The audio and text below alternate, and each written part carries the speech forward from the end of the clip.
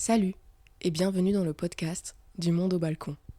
Un podcast qui ne va pas forcément parler de grosses poitrines, mais qui consiste plutôt en une discussion entre amis. Tu sais, la discussion de fin de soirée, quand tu fais ta pause club sur le balcon ou que tu veux tout simplement prendre l'air dehors, et brusquement ou doucement, tu te trouves happé par une discussion dans laquelle tu es autant susceptible de refaire le monde que de le défaire. Eh bien c'est ça, du monde au balcon. C'est une discussion entre potes, mais enregistrée. Parce que trop de fois, j'ai eu la prétention de me dire que c'était sacrément intéressant ce que l'on se racontait pour ne pas oser partager nos idées, nos traits d'esprit et nos fous rires à travers ce moyen de communication en vogue qu'est le podcast.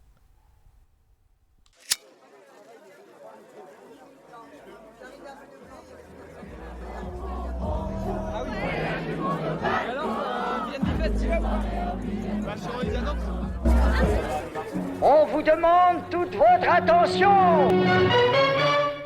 Ça ne marche pas. Respire à l'envers. Rockety pockety walkety walk, abracabradabranach, et voilà.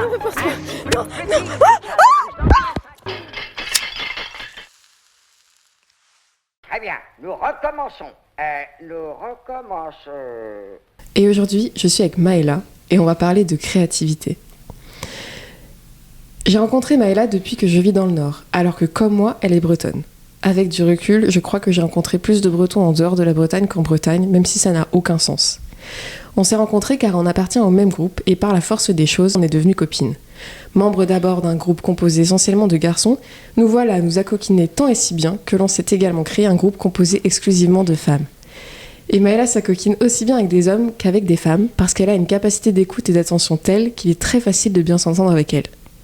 Maëla est une jeune femme aux yeux bleus transperçants que sa frange ne parvient pas à cacher et aux cheveux d'un joli roux. J'ai presque envie de dire d'un joli rouille tant le cuivre de sa couleur est intense. Elle a une voix calme et posée, à l'image de son regard sur les choses et les gens.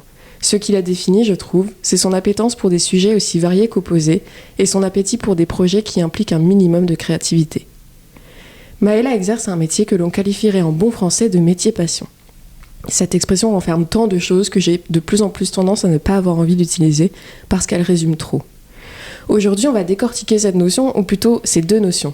Quand se mêle le fait de gagner sa croûte et le fait d'apprécier ce que l'on fait au point de considérer que l'on gagne sa croûte en faisant une ou des activités qui nous animent, au point peut-être même de considérer que l'on pourrait exercer ces activités sans que la rémunération ne soit une considération.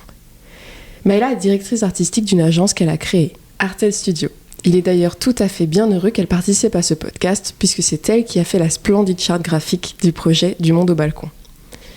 J'ai envie de parler aujourd'hui de créativité et de la place qu'elle prend dans nos vies. Maëla, bonjour. Bonjour Chloé.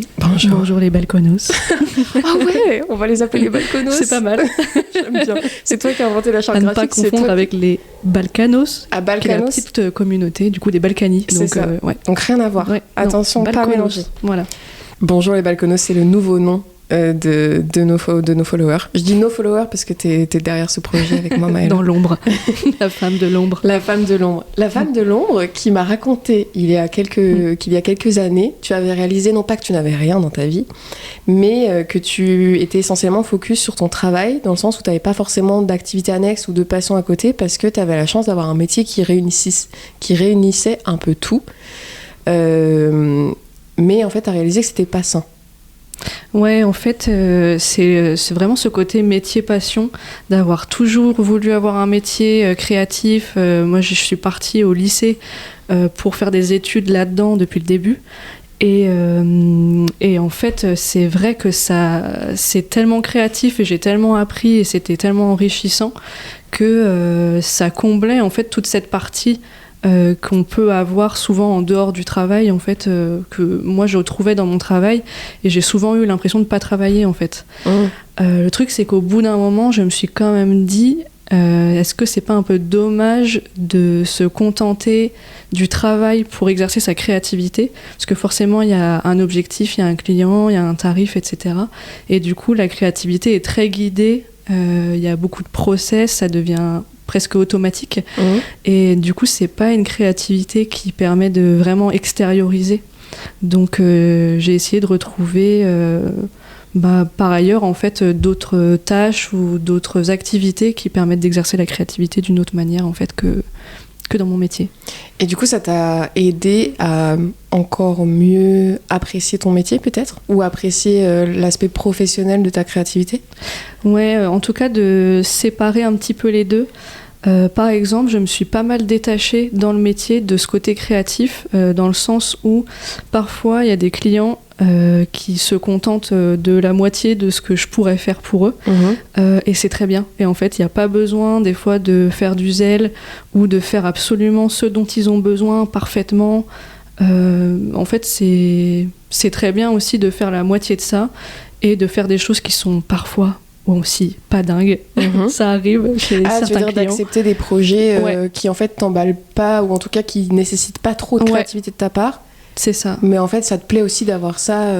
Bah, c'est pas que ça me plaît, c'est que du coup, c'est pas gênant vu que je peux trouver de la créativité ailleurs que dans mon métier, d'avoir des projets qui sont pas ouf mais qui sont rémunérateurs. Ou tu vois, voilà, ça se prend quoi. Donc c'est un peu comme si t'avais mis un peu moins d'affect. Enfin, pas moins d'affect, mais tu vas mettre peut-être un peu moins de ta sensibilité personnelle dans ton travail parce que tu vas nourrir ta créativité aussi autrement. Ouais, c'est ça. Et c'est plus une manière de sélectionner les projets dans lesquels ça vaut le coup de s'investir.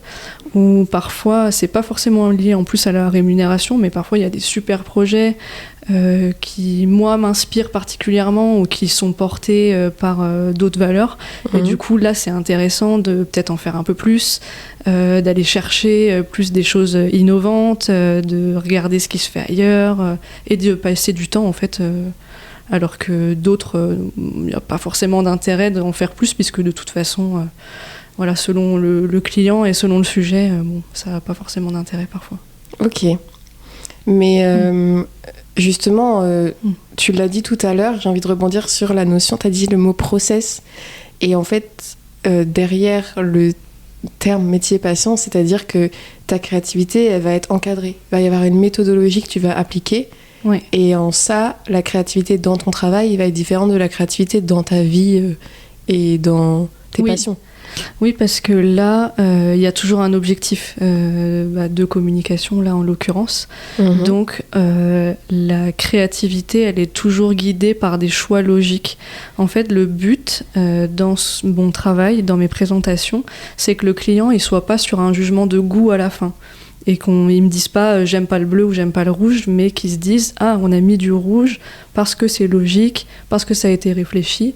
Et du coup, c'est ça qui permet d'avoir une créativité qui est guidée par des choix stratégiques, en fait. Voilà. Et du coup, en termes de process, ça se travaille, en fait. Ça s'apprend au niveau des études, ça s'apprend à force de faire des rendez-vous pour que ce soit accepté par le client. Et en fait, souvent, moi, je retrouve un peu les 3 mêmes grandes étapes. Il y a forcément une étape d'inspiration. Ça, je pense qu'on pourra développer dessus parce que clairement, c'est aussi important que la production. En fait, il y a inspiration, le fait d'essayer d'ouvrir ses horizons pour toujours chercher l'inspiration. Ouais, de se nourrir.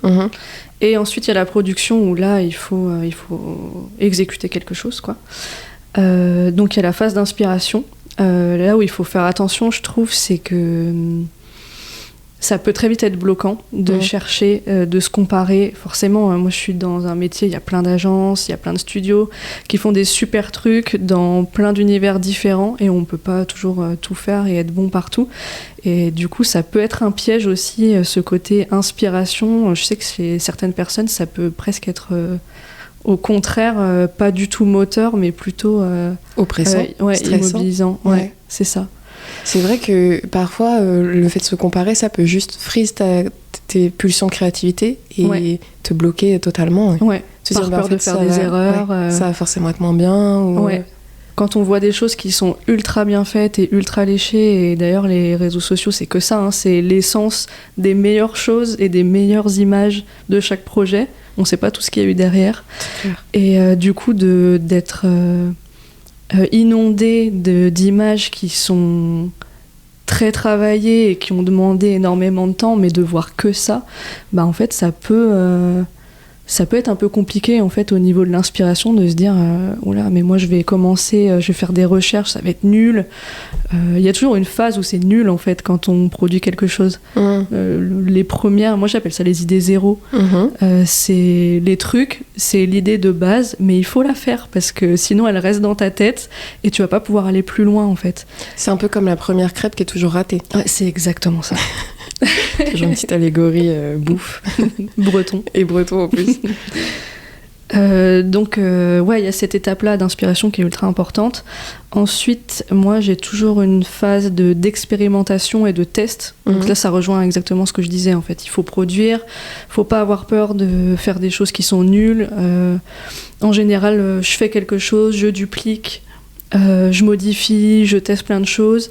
Et une fois que j'ai l'impression d'avoir plus d'inspiration ou que j'ai vraiment fait l'ensemble des choses que j'avais en tête, soit c'est le temps de faire une pause et pour s'y remettre plus tard à tête reposée, et des fois ça aide un petit peu, soit c'est le temps plutôt de sélectionner et de se dire ok, qu'est-ce qui marche pas, qu'est-ce qui peut être poussé, et du coup de faire un gros tri dans tout ce qui a été fait. Donc la troisième étape, c'est choisir. Ouais, c'est ça. Okay. Sélectionner, affiner et finaliser, quoi. Ok. Voilà. Donc t'as cette méthode-là que tu appliques dans ton travail, et c'est comme ça que ça te permet d'aiguiller ta créativité. Ouais. Mais tu parlais de temps de pause. T'as aussi une créativité que t'aimes bien explorer en dehors de ton travail, mais ça va pas du tout être la même chose pour toi. Ça va être une autre approche. Oui, en fait j'ai remarqué, surtout quand j'étais en agence avant, où j'étais vraiment en direction artistique, et où là j'enchaînais vraiment la création de projets purs, et j'avais un graphiste qui exécutait en fait et qui faisait les petites mains et qui finalisait tous les projets. Mais du coup moi j'étais vraiment au tout début de l'étape, là où il faut créer des nouveaux univers, c'est ce que je préfère faire, et en même temps d'avoir que ça les uns après les autres. Donc je me suis rendu compte que vraiment d'enchaîner les projets de cette manière-là, ça essore beaucoup trop le cerveau. Et en fait, c'est compliqué de garder une créativité et une énergie en fait constante. Et que j'avais besoin vraiment de temps où ça peut être des activités qui sont, c'est quand même créatif, mais de temps où il y a pas besoin de réfléchir forcément à ce qu'on fait. Ouais, pas de créer de A à Z. Voilà, c'est ça. Donc il y a un peu plus d'exécution que d'inventivité. Et donc dans mon métier, c'est exactement ça, c'est plus de l'exé, donc ça va être, je dis n'importe quoi, mais s'il y a un catalogue à faire, il y a 200 pages à faire, du coup là, il n'y a pas de création, mais il faut tout mettre en page, et j'ai pas à réfléchir, il faut juste exécuter l'ensemble du catalogue. Donc ça, c'est pour mon métier. Et après, dans mon approche perso, c'est un peu ça aussi, je l'ai remarqué en fait, que j'avais besoin d'activités qui reposent mon cerveau, mais qui me permettent quand même de réfléchir à des projets de façon créative. Donc, par exemple, je vais faire plutôt tout ce qui est Lego, puzzle, et je sais pas si j'ai d'autres exemples. Moi j'ai un exemple, j'aime bien faire de la peinture avec les numéros là. Ah oui, c'est pareil, tu réfléchis pas où est-ce que tu mets la couleur, on te dit comment faire, tu suis la consigne. Ouais. Mais il y a un petit côté un peu, ça reste quand même de l'art dans une certaine mesure, même si tu respectes des consignes. C'est pas comme respecter les consignes pour monter un meuble Ikea, quoi. T'as un espace de créativité. Enfin, avoir un pinceau dans les mains, c'est quand même tout autre. Oui. Et en même temps, t'es guidé, ouais. Oui. Mais c'est un petit côté exutoire de se laisser porter par juste, faut suivre le flow de la consigne, et puis ton cerveau peut un peu plus s'échapper, et tu sens que dans ces moments-là, toi, ça te laisse des espaces pour réfléchir à autre chose, en fait. Oui, c'est ça. Et réfléchir, comme je disais, de pouvoir revenir sur un autre projet après, et d'avoir eu le temps de le décanter, et d'y réfléchir avec des activités en fait qui t'occupent le corps, mais pas forcément l'esprit. C'est ça qui marche en tout cas pour moi. Et dans ta méthodologie, ça rejoint la notion de temps de pause dont tu parlais. Hein. Oui, c'est exactement ça. Ouais. Okay. Ouais, complètement. Et c'est vrai que ce truc guidé, je pense que ça aide pour tous les gens qui ont un peu le syndrome de la page blanche, d'avoir une activité ou un début de process qui permette de t'exercer, mais de manière guidée. Ça permet de démarrer et de te mettre un peu en mouvement en fait dans ta pratique. Et je pense que c'est bien. Le pied à l'étrier vers quelque chose qui pourrait à terme être un peu plus en fait, ça peut être une inspiration quand même, en fait, de faire ça. Ouais, complètement. Mais il y a moins d'intensité que si tu crées le projet de A à Z. Oui, c'est sûr. Je trouve que ça enlève un peu d'intensité. Oui, parce que tu parlais de peinture. D'un coup, si tu dois faire une toile toi-même de A à Z et que tu pars de zéro, c'est pas du tout la même chose. C'est peut-être pas la même fierté à la fin aussi. Ouais, c'est vrai. Mais les deux sont utiles et les deux sont créatifs quand même. On peut pas dire que l'un est plus utile que l'autre. Des fois, on a besoin de choses différentes et ça fait partie du processus de créativité de pouvoir avoir ces activités-là aussi, je pense. Ouais, ça c'est des activités un peu plus solitaires, mais j'ai un autre exemple de moment, Maëla, où tu exprimes ta créativité en dehors de ton travail. C'est quand on a la merveilleuse idée d'organiser des soirées à thème. Et là, t'es vraiment l'associée parfaite, parce que je trouve que tu redoubles d'inventivité et en même temps, je trouve que pour les tempêtes de cerveau, les émulsions de cerveau, t'es bien parce que les brainstorming en bon français, t'es une bonne guide. Enfin, ça se voit que c'est ton métier, en fait, je trouve. Parce que la dernière soirée à thème qu'on a organisée, on était 4, on se faisait des petites réunions et tout. C'était complètement zinzin quand même. C'était un niveau presque professionnel, faut le dire. Mais en même temps, je trouvais que c'était... il y avait l'enjeu de faire une bonne soirée pour les autres. Donc, tu vois, il y a un enjeu quand même, un peu comme tu peux avoir des fois des enjeux professionnels, mais avec objectif que de s'amuser à fond, quoi. Et là, on a créé des décors. Enfin, vous avez acheté des décors. On a créé tout plein d'aspects de cette soirée. Où on a dû un scénario, quoi. Ouais, il y avait un scénario et tout. C'était génial, quoi. Ouais, et c'est... en fait, tu dis, il y a un enjeu, un objectif, c'est que les gens s'amusent, mais en même temps, il n'y a pas de... Non, il n'y a pas d'enjeu, justement. C'est que les gens, ils s'attendent à rien. Ils s'attendent à être un peu déguisés et qu'il y ait 3 stickers au mur, sûrement, au max. Qu'il y ait des shops, au moins. En l'occurrence, c'était médiéval. Mais il n'y a pas d'attente des gens qui y viennent. Mais donc c'est toujours surprenant. Ça les a scotchés, quoi. Ouais, mais c'est vraiment un niveau trop professionnel. c'est ça. Moi, j'ai hâte de la prochaine. Moi, j'adore. Ouais. C'est vrai que là, pour le coup, c'est un endroit où tu peux être super créatif et en plus apprendre des trucs. Là, on avait fait des petites tombes en polystyrène, en DIY. Mais en fait, c'est des trucs. Je sais pas si ça va me resservir, probablement pas. Mais je sais pas. Je suis contente d'avoir appris à faire ça. Et sourcer de la décoration et tout, c'est un peu une extension de mon travail aussi en même temps de faire ça. Clairement. Et puis il y a tout le côté organisation aussi que moi j'adore. Moi c'est ce que j'adore aussi, tu vois.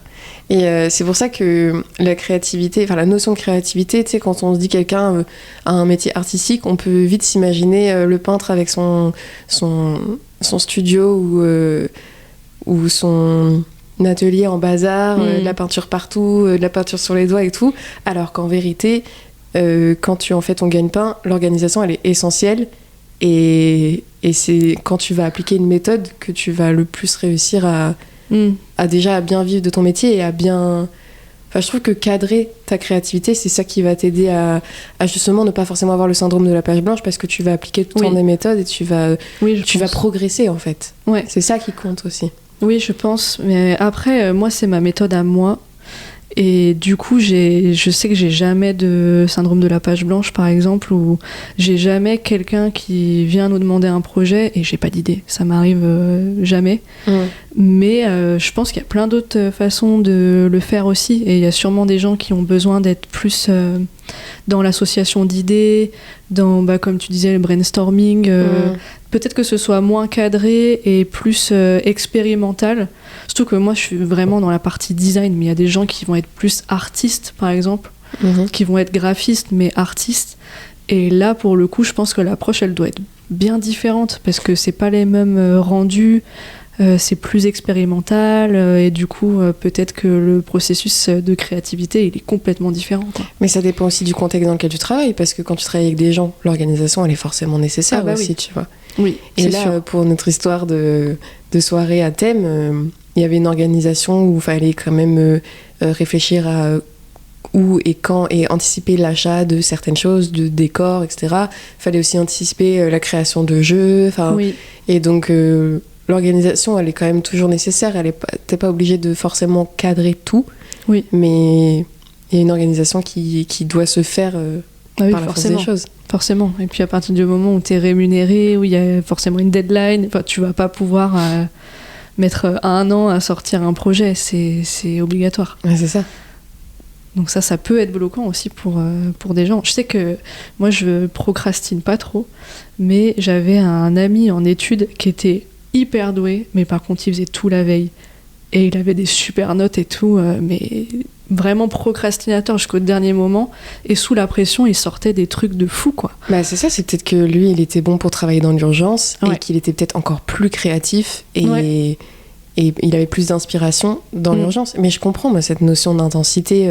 Enfin, pour moi, ça se résume avec l'intensité. C'est-à-dire que l'allégresse et la dopamine de « oh purée, il faut que je rentre ça demain », ça va te donner une intensité, une énergie, un peu presque l'énergie du désespoir de « oh mon Dieu, il faut que je rentre ça ». Oui. Et ça va être peut-être galvanisant et encore plus stimuler ta créativité, tu vois. Oui, et puis de toute façon, c'est par ce genre de contraintes que tu peux être créatif aussi. Évidemment. Moi, je pense que quand il y a des deadlines qui sont un peu short, ça peut te mettre dans une dynamique et du coup, tu penses beaucoup au projet, mais ça sert le projet en général. Parce que plus ça s'étale, en réalité, plus le soufflet redescend un petit peu. Exactement. Mais moi, ce qui peut me frustrer là-dedans, c'est que quand c'est vraiment trop short, on peut pas bien finaliser et bien penser à tout et avoir le temps de faire quelque chose qui va un peu plus loin que les idées zéro dont je parlais au début, en fait. Et c'est ça qui est dommage. Ton perfectionnisme en prend un coup. Ouais. C'est ça. C'est ça. T'aimes bien aussi faire un truc léché. Ouais, et je le vois c'est déjà. l'idéal. Typiquement, je reviens à ce projet Soirée à thème, on avait tellement anticipé, je crois qu'on s'était réunis pour la première fois peut-être 1 mois et demi avant. Oui. Et ça nous a permis de penser aux moindres détails. Et parfois, les petits détails, c'est ça qui va tout changer. Qui fait tout. Ouais. Oui, c'est sûr. Et puis, dans un projet, en tout cas pour les identités visuelles comme je fais, ce qui est bien, c'est de pouvoir laisser maturer. En fait, souvent, il y a une charte graphique qui est faite au début. Et comme je décline après les projets, ça évolue beaucoup. Donc ça, c'est bien dans le temps d'avoir... de laisser en fait un peu de côté peut-être un temps ou de faire des supports mais d'y revenir et on se rend compte que c'est comme ça que le projet vit. C'est comme un peintre qui finit jamais sa toile. En fait, tu peux toujours y revenir, tu peux toujours rajouter, enlever des choses, finaliser et en fait est-ce que je sais pas où je vais avec ma phrase. Bah attends, je t'attrape au vol. Justement, ça me fait penser pour la charte graphique du projet du monde au balcon. Ça reste, moi je sais que ça faisait très longtemps que je parlais d'idée de faire un podcast, idée très originale, n'est-ce pas, mais je mettais du temps à me lancer parce que pour plein de raisons, mais notamment parce que j'avais envie que plusieurs points soient faits. Donc déjà je voulais avoir une identité visuelle, je voulais faire un générique, etc. Et après peut-être un petit peu la peur de me lancer qui a fait que ça ralentit le projet, mais le jour où tu m'as proposé cette charte graphique, ça faisait déjà plusieurs mois que j'en parlais et je t'en avais parlé, je t'avais demandé, il me semble. Mais je t'avais très peu aiguillé. Et quand tu m'as proposé ça, c'est resté tel quel. Parce qu'en fait, j'avais tellement rien à changer. Et tu me connais, t'avais compris ce que je voulais donner comme sens. Mais en fait, je trouve que visuellement, ça incarne parfaitement ce que je voulais. Donc des couleurs pop, une police très ronde. Enfin, tu vois, il y a de la douceur et de la vivacité dans ce que t'as proposé. Et ça correspondait vraiment parfaitement. Après, on a de la chance, c'est qu'on se connaît. Donc, en fait, ça t'a aidé. Ça aide. Mais est-ce que, justement, t'es revenu plusieurs fois sur ce projet ou est-ce que t'as pondu ça d'un coup Comment ça s'est passé ? Non, d'un coup. Là, pour le coup, je suis allée très vite. Ok. J'avais une idée de ce que je voulais de ce que tu voulais, en fait. C'est pas que moi. Mais de ce que je voulais créer pour toi. Et en fait, le tout, c'est de sélectionner des inspirations, en fait, qui collent avec l'idée que j'en avais. Et c'est souvent comme ça, en fait. Dans les projets d'identité visuelle, faut rencontrer la personne. Ouais. Et après, moi, je sens ce qui s'en dégage. Okay. Il y a le projet. Si c'était que à l'écrit, je pourrais pas du tout faire quelque chose d'aussi précisément adapté à la personne, parce que il peut y avoir un sujet, une thématique, mais les porteurs de projet, ils sont tout aussi importants que le projet en lui-même. Et du coup, ça demande beaucoup de de finesse, on va dire, et presque de la psychologie, Mais fait, j'allais dire ça, il faut que t'aies de quand même, comprendre ouais. le sous-texte, en fait, dans ce que racontent les gens de leur projet. Donc, en fait, il y a aussi un peu d'inné dans ton métier, dans ton approche de ton métier, c'est que tu es capable d'avoir une lecture des gens aussi et d'analyser tes interlocuteurs pour comprendre au-delà des mots, au-delà de ce qu'ils vont exprimer, vouloir, pour comprendre ce qu'ils veulent vraiment et en tout cas ce qui serait adapté à leur demande. Oui, il y a de l'inné, mais il y a de l'acquis aussi par la pratique, à force de rencontrer des gens, de voir ce qu'ils choisissent. Forcément, au bout d'un moment, je cerne un petit peu les gens, je pense. Et tu vois, par exemple, avant, c'est ce que font beaucoup d'agences ou de studios, je proposais toujours 2 choix d'identité visuelle, et après les gens ils choisissent l'un ou l'autre. En général, ils veulent un mélange des deux, ce qui est très chiant. Ouais. Mais maintenant, du coup, je propose qu'une, parce qu'en fait, je sais, il y en a toujours une que je sais qui va passer, ou qui est mieux, et une un peu plus nulle, ou c'est presque pour remplir des fois, en fait. D'accord. Et moi, je préfère toujours proposer une seule chose, et après, en partant de ça, on affine, on peut tout changer, les couleurs, on peut les revoir, peu importe, ça se retravaille, mais au moins ça se retravaille sur la base d'un retour. Et moi, ça m'aiguille beaucoup plus pour pouvoir réaffiner derrière, même s'il faut recommencer à zéro. Pour l'instant, c'est pas arrivé, je croise les doigts. Mais s'il faut et que je suis à côté, c'est possible, hein, on peut recommencer, mais au moins, je comprendrai pourquoi je suis à côté et je pourrais faire quelque chose de plus adapté, au lieu de perdre du temps à pousser 2 pistes. Oui, parce qu'au final, les 2 pistes, elles sont peut-être pas autant abouties que si t'en avais fait qu'une seule. Ça, c'est sûr. Potentiellement, t'as fourni 2 fois plus de travail, mais ça, une fois de trop. Ouais, c'est ça. Ok. Après, est-ce que c'est un truc d'être pas trop sûr de soi, de proposer 2 choses? Mais en général, je suis assez sûre de ce que je présente, donc... Après, c'est peut-être aussi juste qu'avec le temps et l'expérience, t'as gagné en confiance en toi, dans ton travail, dans ce que tu proposes. Oui, c'est sûr. Parce que si avant tu proposais 2 choix, c'est peut-être que tu disais que ça te... Ouais, en fait, c'est ça, t'as gagné confiance en toi aussi, dans ton métier aussi. Oui, c'est sûr. Et c'est peut-être la façon que t'avais appris à faire comme ça aussi. Oui, non? c'est ça. C'est ce qu'on t'apprend à l'école et ce qu'on fait beaucoup dans les agences, quoi. Je sais que nous, on a cette particularité de le faire comme ça.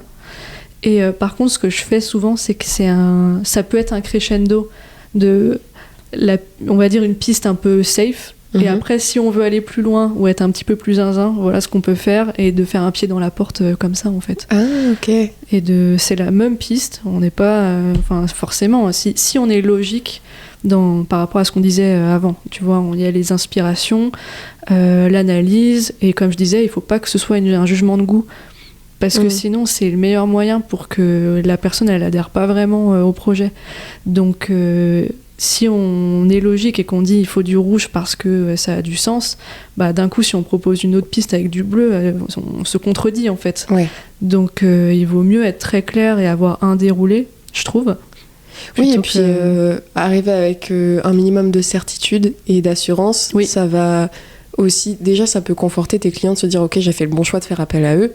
Et parce que c'est aussi ton rôle, on parlait psychologie, il y a beaucoup de psychologie dans ton métier aussi, c'est que si tu arrives en disant moi je vous propose ça, et avec tous les bons arguments, je m'en souviens quand tu avais proposé la charte graphique de ce podcast, tu m'as expliqué pourquoi.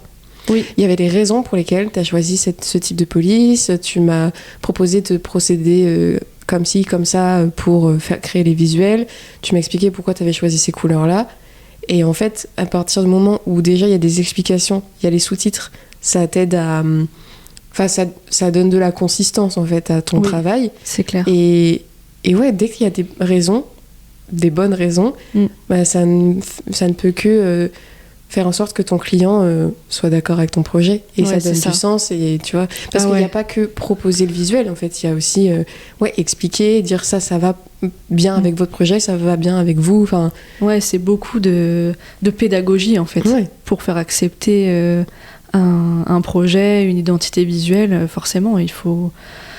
Voilà, tout a un sens, en fait. En tout cas, moi, c'est ce que j'ai appris dans mes études, c'est que si rien n'est gratuit, sinon on en revient au jugement de goût, et c'est le meilleur moyen que ça passe pas, en fait. Ouais.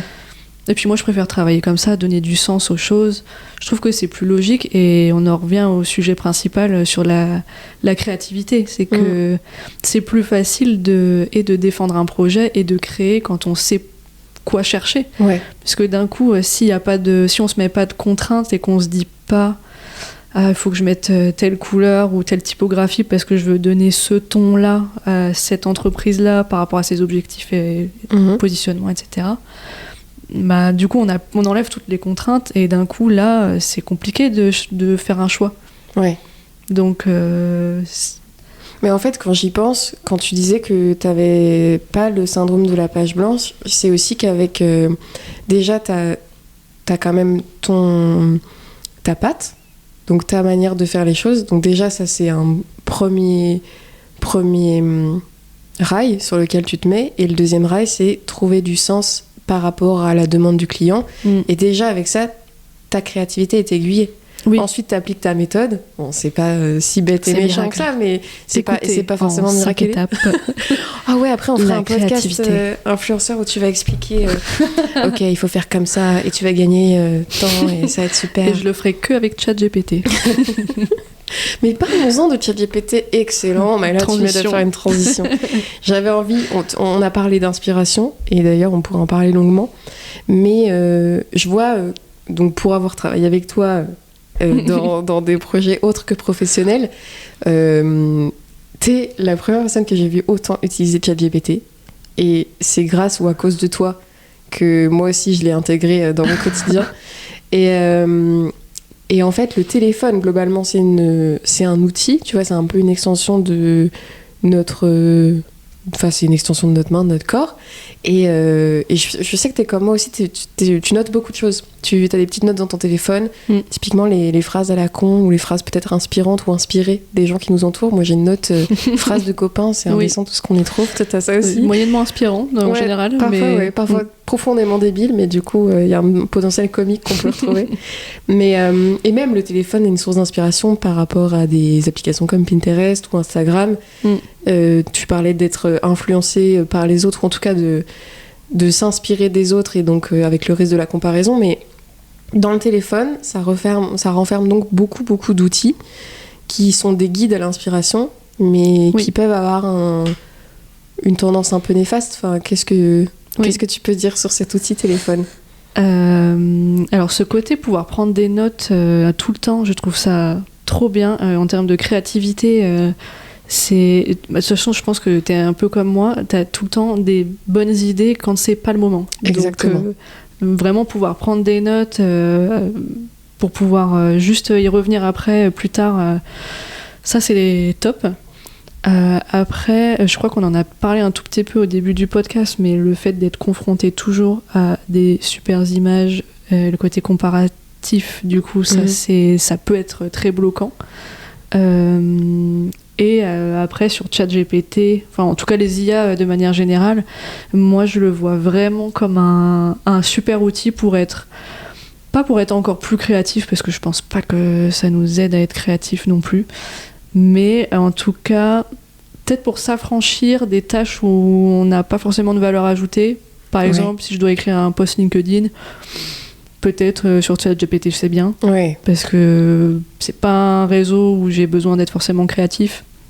Ouais. Et je peux passer une heure, une demi-heure à l'écrire, ou demander à ChatGPT et bien le prompter. Oui, c'est ça. Surtout ça. En fait, c'est ça. Après, il faut apprendre à utiliser les outils. Parce que, tu vois, je te parlais de Pinterest, Instagram, ça reste des applications avec des algorithmes, donc qui vont forcément aiguiller tes recherches. Donc après, faut toujours avoir ça en tête et utiliser l'outil en sachant que de toute manière, y a un algorithme et que du coup, tout va être influencé. Ouais, c'est la bulle de filtre. C'est ça. C'est jamais un Internet... On n'a pas le même Internet chacun, déjà. C'est ça. Je cherchais objectif. Oui. C'est pas objectif, tout est orienté et on a à nous ce qu'on a envie de voir, ou en tout cas ce qui est imposé aussi et mis en avant. Donc c'est pas forcément facile de se positionner, je pense, par rapport à ça. Bah, il faut... mais c'est comme... Enfin, on parle de ChatGPT, l'IA peut apparaître comme une menace, justement, à la créativité ou à l'art ou à de nombreux métiers, en vérité, si tu la vois comme un outil et que tu apprends à bien l'utiliser, tu peux enlever cette peur-là et juste l'utiliser pour te... Enfin, toi, ça t'aide, ça te facilite certaines choses et ça te... En fait, j'ai un peu une take là-dessus. Je me dis, les gens qui se sentent menacés par les IA, est-ce que c'est pas les gens qui sont pas si créatifs que ça ? Waouh. Je sais pas. Peut-être.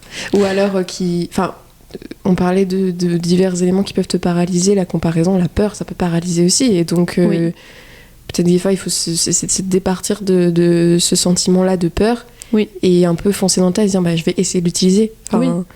Mais parce que en fait, de toute façon, en gros, soit tu es créatif et tu vas arriver à prompter ton intelligence artificielle pour qu'elle fasse des choses créatives. Oui. Mais en réalité, si tu lui demandes des choses un peu basiques, ou si tu lui demandes de réfléchir par elle-même, c'est très normé. Ça va être tout le temps la même chose. C'est pas top. Donc, il faut avoir une personne créative à l'origine de ce qu'on doit faire, peu importe si c'est un texte, une image, pour que ce soit pertinent. Oui.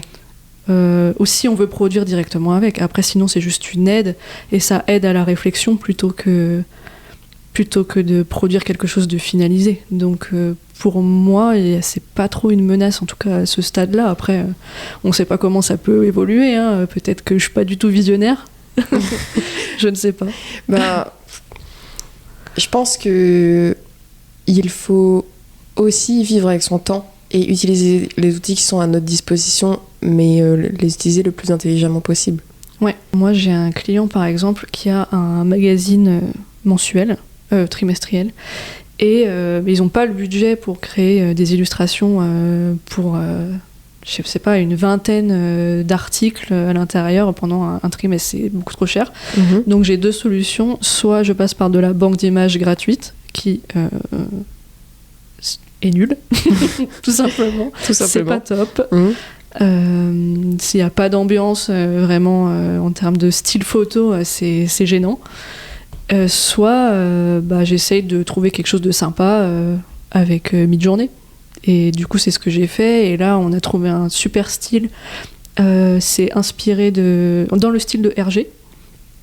Donc Tintin et tout ça. Oui. Et c'est vraiment cool. En fait, ça donne tout de suite une ambiance au magazine. Et ça reste pour eux à moindre coût. Et c'est juste que si on pouvait passer par un illustrateur, je le ferais. Le but, c'est de passer par des vrais gens dès que c'est possible, mais en même temps, quand on n'a pas d'autre alternative, moi, je trouvais ça créatif, tu vois, de créer, d'essayer de prompter, de trouver quelque chose qui soit un petit peu original, qui donne un certain style. Ok. Donc oui, en fait, on peut utiliser les outils, et notamment les outils à notre portée, comme on parlait du téléphone. Mais t'as dit un truc tout à l'heure sur le moment où les idées nous viennent. T'as dit, t'es comme moi, des fois t'as des idées quand il faut pas et du coup tu les notes dans ton téléphone. Et c'est vrai que je trouve que le moment de la créativité, moi c'est ça qui m'impressionne pour toi qui place quand même la créativité au centre quand même de ton métier. C'est que moi par exemple, quand j'ai des idées, ou quand d'un coup j'ai des inspirations, c'est jamais le bon moment en fait. C'est toujours quand j'ai des trucs à faire, des tâches à réaliser, quand je dois être opérationnelle, d'un coup ça me vient. Enfin, je m'en souviens quand j'étais en études et que je devais réviser, c'est à ce moment-là où en fait mon cerveau avait envie de s'échapper et où j'avais envie de créer, d'écrire, de faire toute autre chose que ce que j'étais censée faire. Et je trouve que c'est pour ça que je trouve ça assez impressionnant de pouvoir mettre de la discipline dans sa créativité, parce que moi, pour l'instant, en tout cas, je me trouve assez chanceuse de pouvoir créer un peu quand je veux et de pas avoir d'enjeu. Mais ce qui fait que pour le coup, ça t'aide pas à devenir meilleur dans ton art ou à te perfectionner, parce que t'es pas obligé d'instaurer une discipline, donc t'as pas de raison de t'améliorer, tu vois.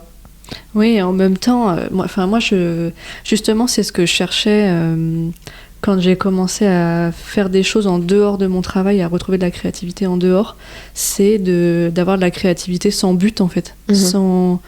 Sans chercher à optimiser quelque chose, à maîtriser quelque chose à la perfection. Peut-être c'est pas grave. Peut-être qu'il faut juste faire des choses et et extérioriser et être créatif juste comme ça en fait, de manière assez simple. Ouais, c'est peut-être encore plus appréciable quand c'est dénué de véritables enjeux ou de gros objectifs. Ouais. Et après, sur les moments...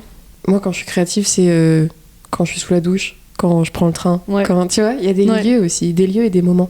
C'est vrai, la je douche. sais que, ouais. Quoi, c'est Steve Jobs qui prenait plein de douches C'est vrai? Oui, dans sa journée, parce qu'il avait des idées. Je sais Non, pas si mais c'est vrai. ça, c'est le récit derrière, tu sais, derrière la notion, tu sais, de...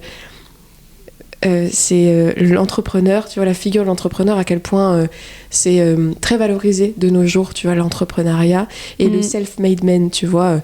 Steve Jobs, il a aussi construit tout un mythe autour de son empire, enfin des origines de son empire. Le self-made man, c'est vraiment self-made man. On va essayer de bien dire les choses.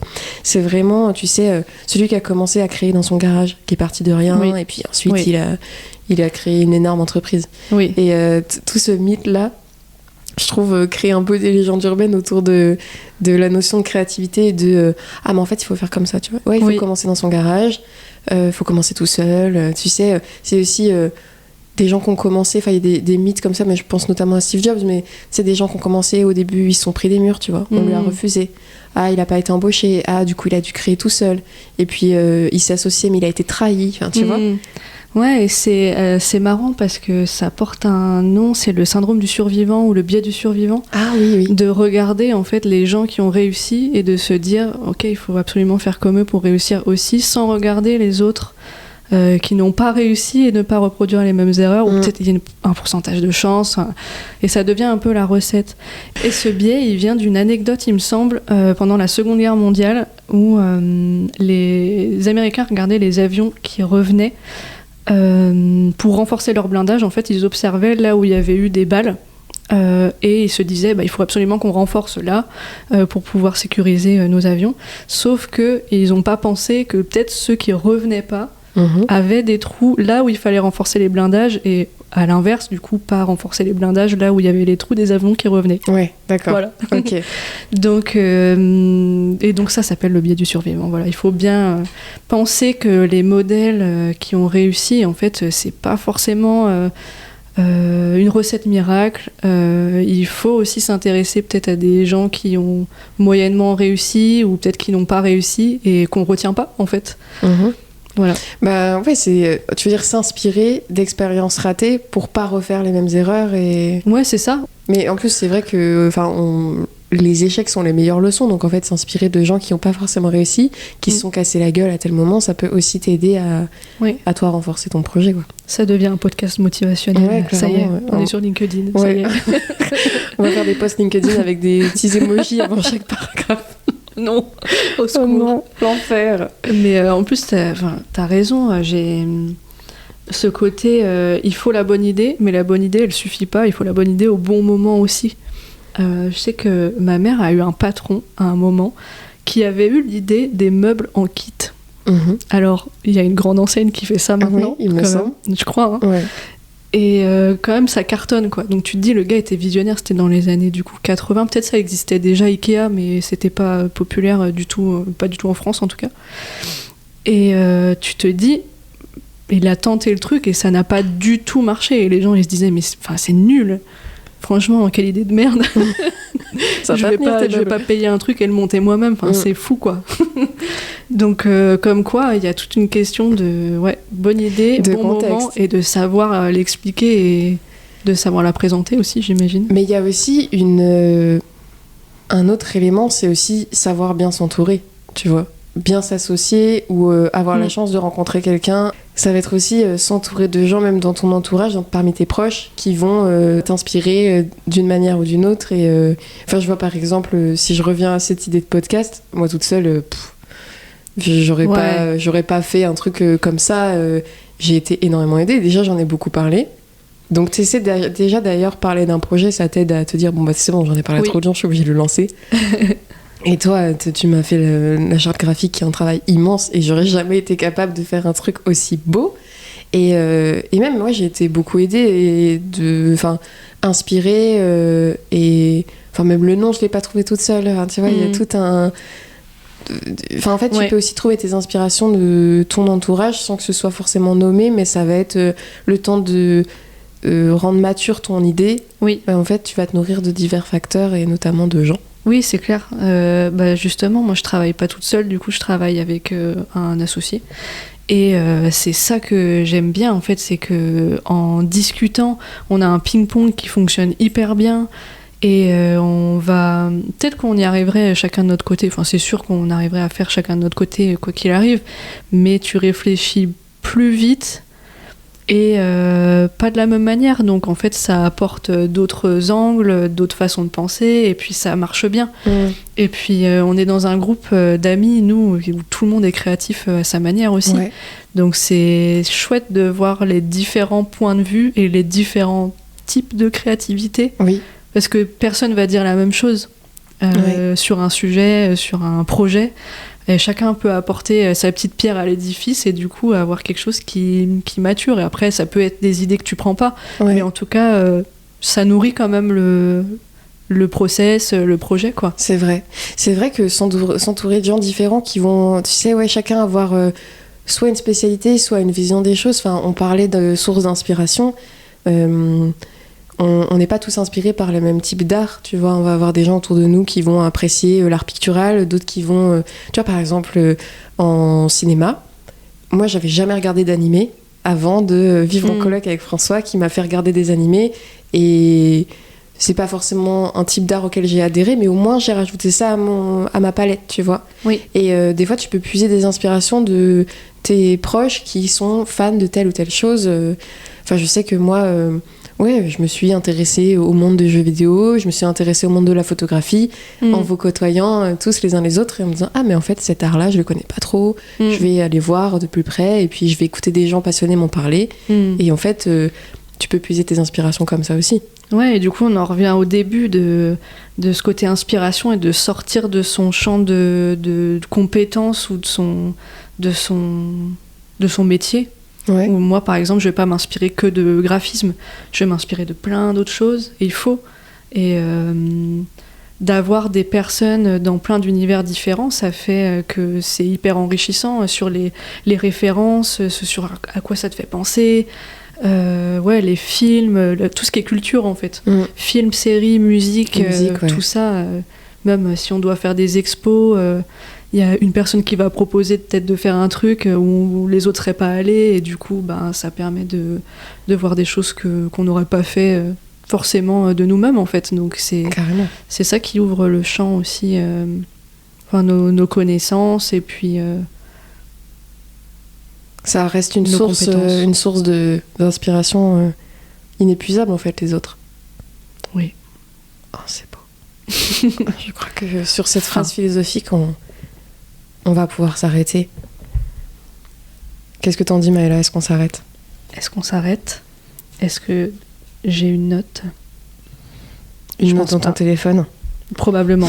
J'en ai des, mais c'est beaucoup de listes de courses.